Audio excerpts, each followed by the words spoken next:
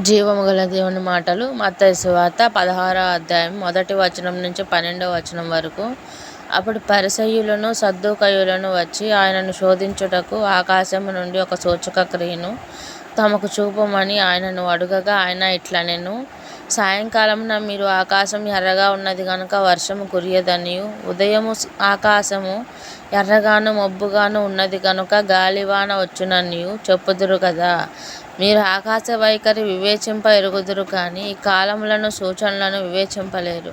వ్యభిచారులైన చెడ్డతరం వారు సూచక క్రియ అడుగుచున్నారు. అయితే యోనాను గూర్చిన సూచక క్రియే గాని మరి ఏ సూచక క్రియ అయినా వారికి అనుగ్రహింపబడదని వారితో చెప్పి వారిని విడిచి వెళ్ళిపోయెను. ఆయన శిష్యులు అద్దరికి వచ్చి రొట్టెలు తెచ్చుటకు మరచిరి. అప్పుడు యేసు చూచుకొనుడి, పరిసయ్యులు సద్దూకయ్యులు అనువారి పులిసిన పిండిని గూర్చి జాగ్రత్త పడుడని వారితో చెప్పాను. కాగా వారు మనం రొట్టెలు లేనందున కదా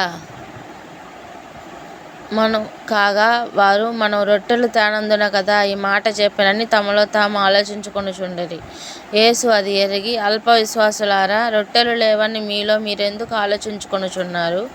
మీరింకనూ గ్రహింపలేదా? 5 రొట్టెలు 5,000 మందికి పంచిపెట్టినప్పుడు ఎన్ని గంపెలు ఎత్తితిరో అది అయినను, 7 రొట్టెలు 4,000 మందికి పంచిపెట్టినప్పుడు ఎన్ని గంపెలు ఎత్తితిరో అది అయినను మీకు జ్ఞాపకం లేదా?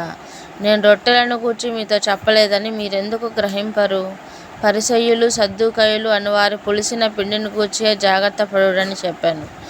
అప్పుడు రొట్టెలు పులిసిన పిండిని గూర్చి కాదు గాని పరిసయ్యులు సద్దూకయ్యులు అనువారి బోధను గూర్చి జాగ్రత్త పడవలెనని ఆయన